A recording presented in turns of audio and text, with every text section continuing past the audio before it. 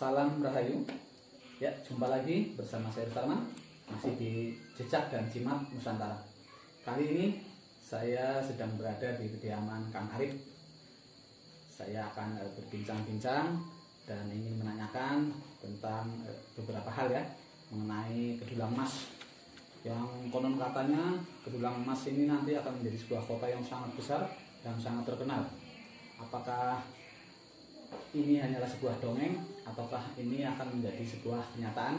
Langsung saja kita tanyakan kepada narasumber, yaitu Kang Arif. Ya, selamat malam Kang Arif. Selamat malam.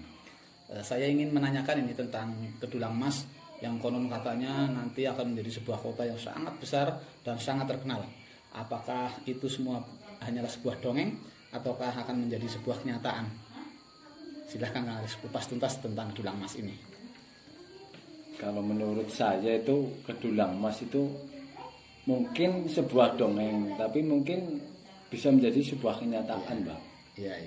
Karena cerita dari kakek nenek saya waktu dulu saya masih kecil, itu sering kakek saya, nenek saya bercerita tentang nantinya Kedulang Mas akan menjadi kota yang sangat besar. Iya. Menjadi kota yang sangat terkenal sampai ke antero dunia, sampai ke jagat raya. Dan saya sering menanyakan penyebabnya itu apa kok sampai Mbah itu punya pemikiran Kedulang Mas itu akan menjadi kota yang sangat besar, kota yang sangat terkenal sampai ke antero jagat. Iya. Mbah saya kadang bilang karena suatu saat begini zaman itu kejayaan Nusantara dan kewibawaan Pulau Jawa itu akan dipulangkan, akan dikembalikan. Kembali ke tanah Jawa gitu ya Kang Arif. Kembali ke tanah Jawa. Iya. Tapi di masa itu nanti Indonesia itu sudah dipimpin oleh seorang pemimpin yang mempunyai jiwa Trimurti. Trimurti itu satu petapa, pengembara, dan pengembala. Petapa itu membuktikan seseorang yang sudah tidak tergiur tentang duniawi. Tentang kemilunya dunia. Jadi seperti seorang petapa. Kedua itu seorang pengembara. Dia selalu mencari-cari ilmu untuk kebaikan dirinya dan untuk kebaikan rakyatnya. Ketiga itu seorang pengembala. Pengembala itu kan seolah-olah itu seorang pamomong.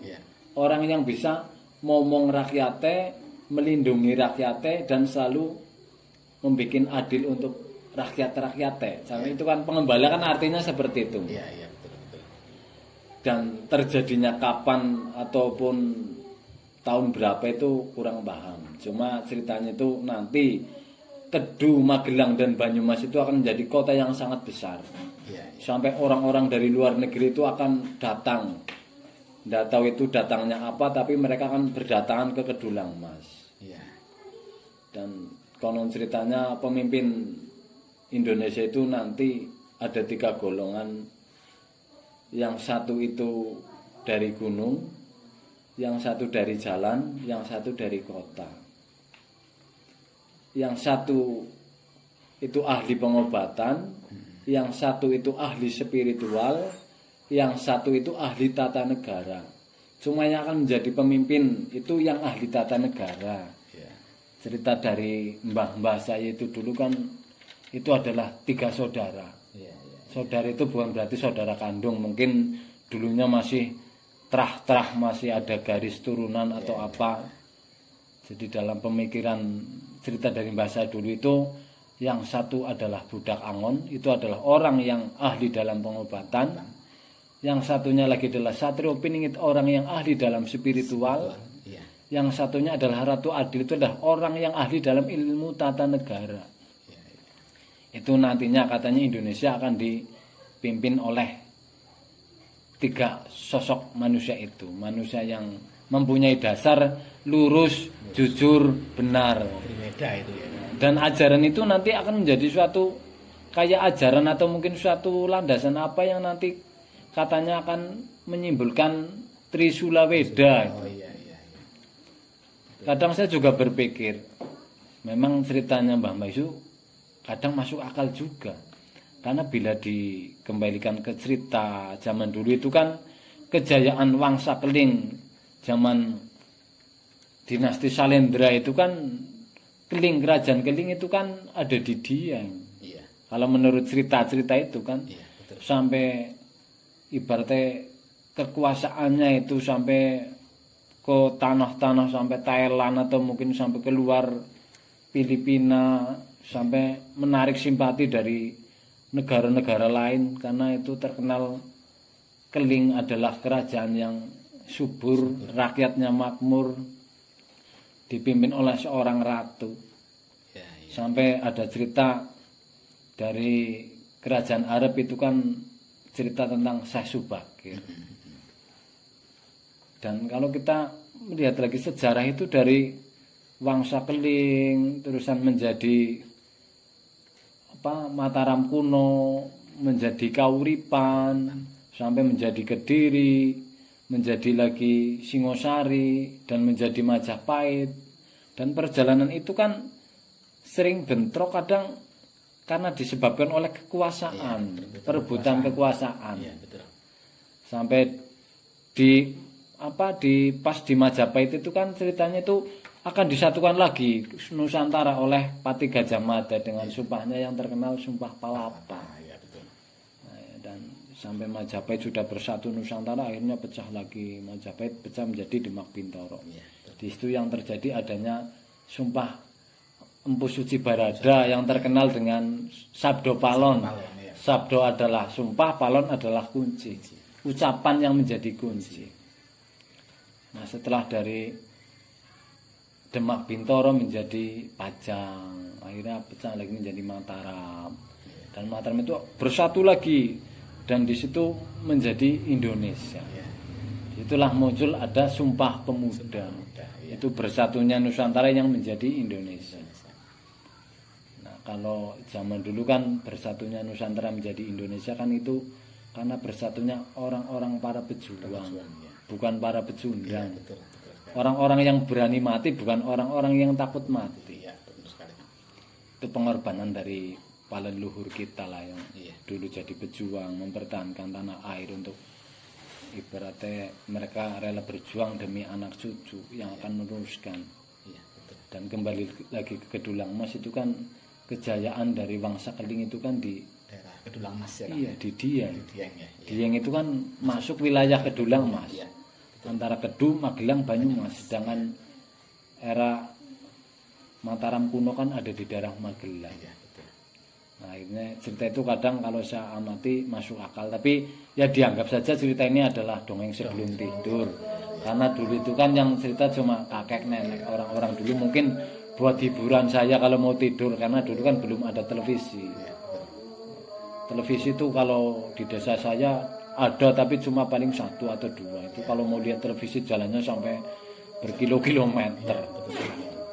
Itu nambah dalam cerita tentang Kedulang Mas, ceritanya dari orang tua.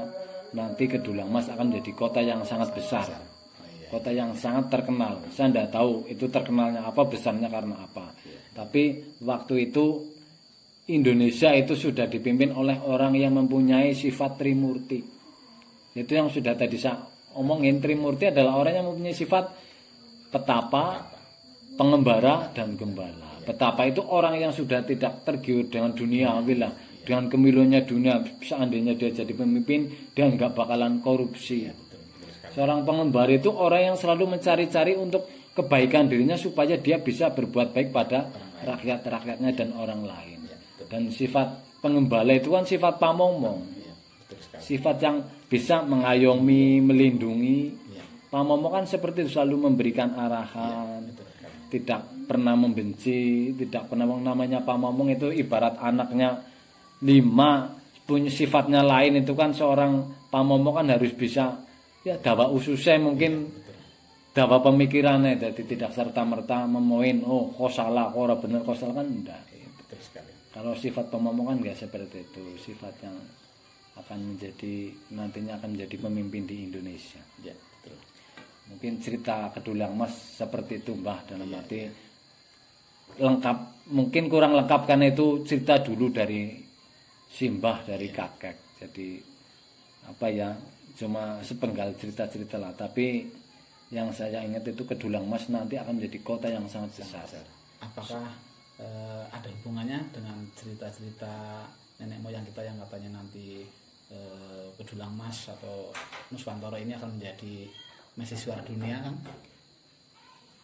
Mungkin juga bisa iya, mungkin juga tidak. Yang jelas antara Indonesia akan menjadi mercusuar dunia itu memang sudah ada ramalannya. Tapi kalau Kedulang Mas itu kan cerita cuma dari orang tua-tua zaman dulu. Bila mana Kedulang Mas nanti akan menjadi kota yang sangat besar, kota yang sangat digandrungi oleh negara-negara lain. Saya tidak tahu ya, mungkin itu kan dari sumpah ibaratnya Sang Hyang Ismoyo Jati, sumpah Lurah Bodronoyo itu kan akan dikembalikannya kejayaan Nusantara dan kewibawaan Pulau Jawa.